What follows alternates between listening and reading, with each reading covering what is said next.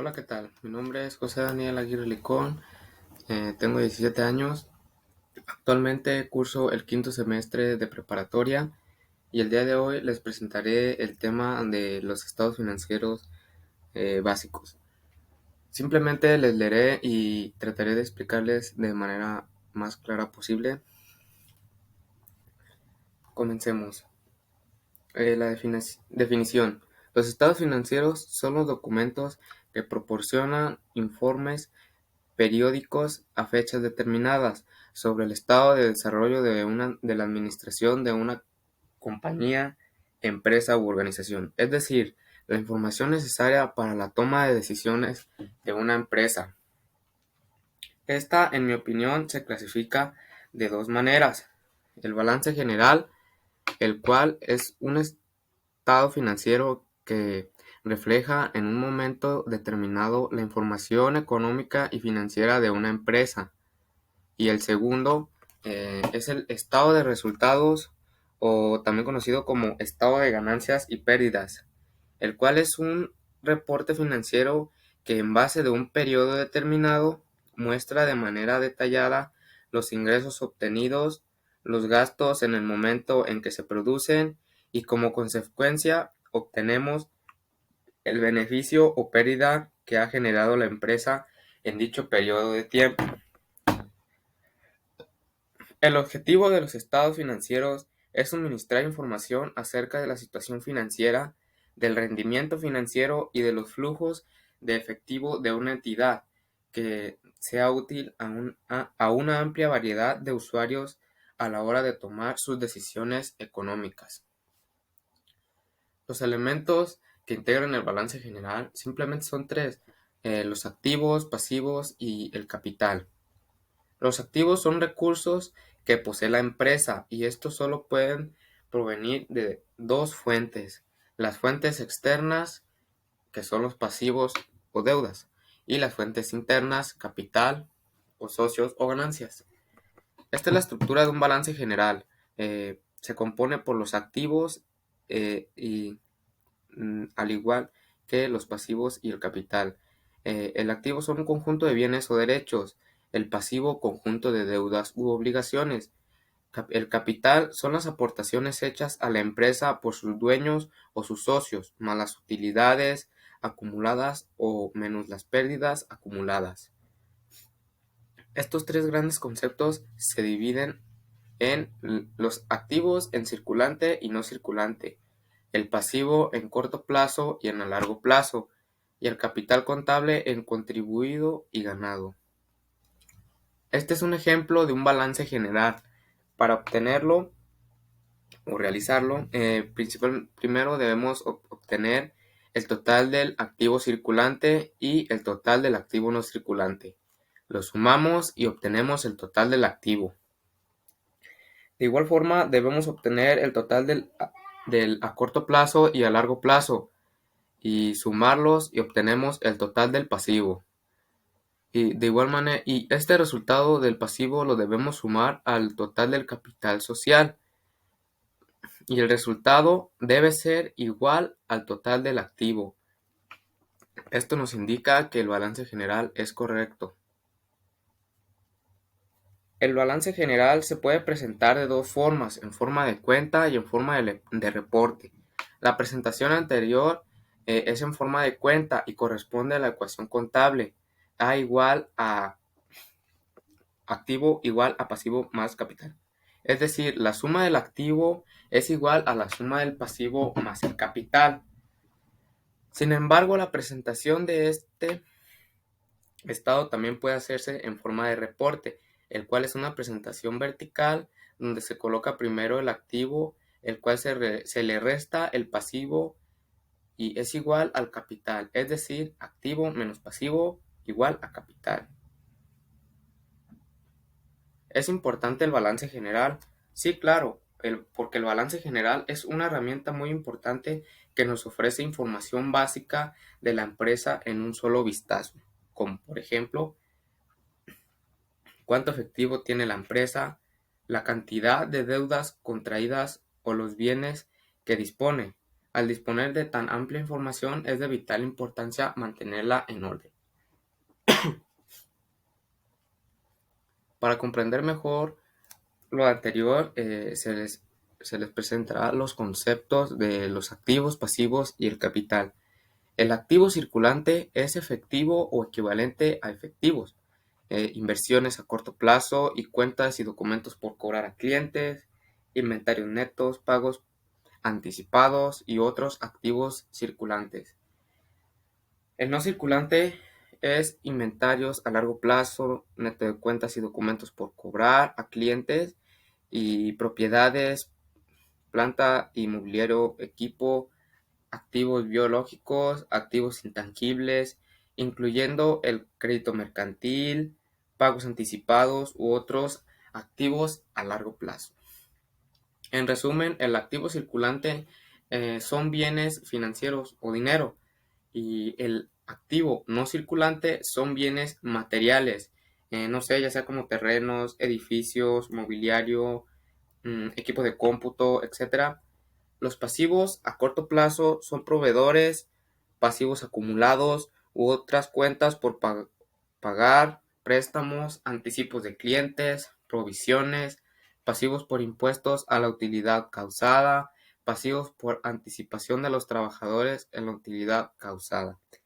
Y los pasivos a largo plazo simplemente son deudas a largo plazo. El capital contable o capital social común son primas en emisión o venta de acciones o capital adicional pagado, acciones en tesorería, utilidades retenidas o acumuladas, reserva para recomprar de acciones u otras reservas atribuibles a los propietarios de la empresa. Estado de resultado. Es el estado financiero que muestra el origen de la utilidad o pérdida o un periodo mediante el detalle de los elementos que lo integran. Por medio de este estado de administración puede juzgar el comportamiento del negocio mediante sus ventas, costo de ventas y los distintos tipos de gastos. Recordemos que las entidades pueden ser lucrativas y no lucrativas. Las lucrativas, independientemente de la función social que cumplan, sus dueños tienen un objetivo particular de carácter económico: obtener ganancias. Estas empresas pueden ser comerciales o industriales y pueden optar por un estado de resultados por fusión, pero si se trata de una empresa de servicios podrá optar por una clasificación por naturaleza. En el caso de una entidad no lucrativa se le conoce como estado de actividades.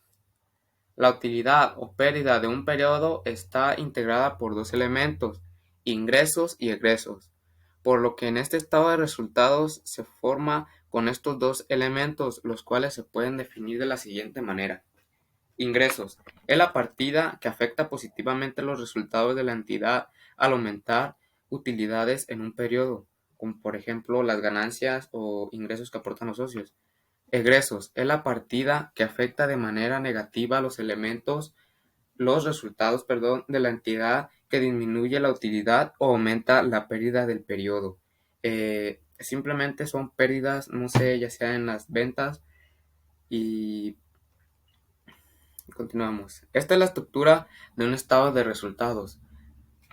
Para obtenerla, principalmente debemos de encontrar las ventas netas. Para esto debemos obtener las ventas totales y restarle las devoluciones y descuentos sobre las ventas. Posteriormente, este resultado le debemos de restar todos los gastos que se requirieron, como el costo de ventas, que son gastos que se hicieron para generar las ventas, y los gastos de operación, gastos financieros e impuestos. Como resultado obtendremos la utilidad neta. Para saber si esta utilidad son ingresos o egresos, debemos de comparar la cantidad de las ventas netas. Si esta es mayor a la cantidad de todos los gastos, la utilidad son ingresos. Y si la cantidad de todos los gastos es mayor a las ventas, a la cantidad de las ventas, se significa que la utilidad es negativa o son egresos o pérdidas. Es importante el estado de resultado, sí, porque muestra información sobre los estados de las operaciones de la empresa en un periodo contable específico y también puede recopilar características que son relevantes, confiables y fáciles de obtener y comparar, por lo que es muy útil para gerentes en la toma de decisiones y la planificación de los estados financieros. La partida doble, la cual está presente en el balance general, es simplemente que el activo debe ser igual al pasivo más el capital, como se muestra en los siguientes ejemplos. Aquí el activo es igual al pasivo y el capital. De igual manera aquí es igual y aquí de nuevo igual. Teoría de la partida doble. Considerando que en toda operación debe cuidarse el equilibrio entre el activo y el pasivo con el capital anteriormente mencionado, podrá entonces comprenderse porque en toda operación se afectará cuando menos dos cuentas en las que se puede presentar la siguiente situación. Si en una operación intervienen dos cuentas de activo, una de ellas aumenta y la otra disminuye por el mismo importe. El cargo aumenta, el abono disminuye. Si en la operación intervienen dos cuentas de pasivo, una de ellas aumenta y la otra disminuye por el mismo importe. El cargo disminuye, el abono aumenta. Si en la operación interviene una cuenta de activo y una de pasivo, los dos aumentan o disminuyen por el mismo importe. La cuenta. Definición. Cada uno de los elementos que conforma el balance general o el estado de resultados se le conoce como cuenta. Es el instrumento que sirve para registrar los cambios que por las transacciones afectadas ocurren en los elementos financieros. Es el medio donde se registran los aumentos o disminuciones de un elemento financiero. Elementos de la cuenta. Normalmente una cuenta se presenta con un esquema T. Aquí tenemos un ejemplo. Arriba se le coloca el nombre de la cuenta y se registra en el debe o en el haber. La acción de registrar una operación en el debe se le llama cargar y la acción de registrar una operación en el haber se le llama abonar. Aquí son entradas de dinero, salidas de dinero. El saldo de una cuenta es la diferencia entre la suma del debe y la suma del haber. Pueden existir tres tipos de saldo. Saldo deudor, cuando la suma del debe es mayor que la del haber. El saldo acreedor, cuando la suma del haber es mayor que la suma del debe. Y el cero, cuando la suma del debe y el haber son iguales. Bueno, pues es todo de mi parte. Espero y hayan comprendido el tema y les haya servido o de útil esta información. Es todo de mi parte. Adiós.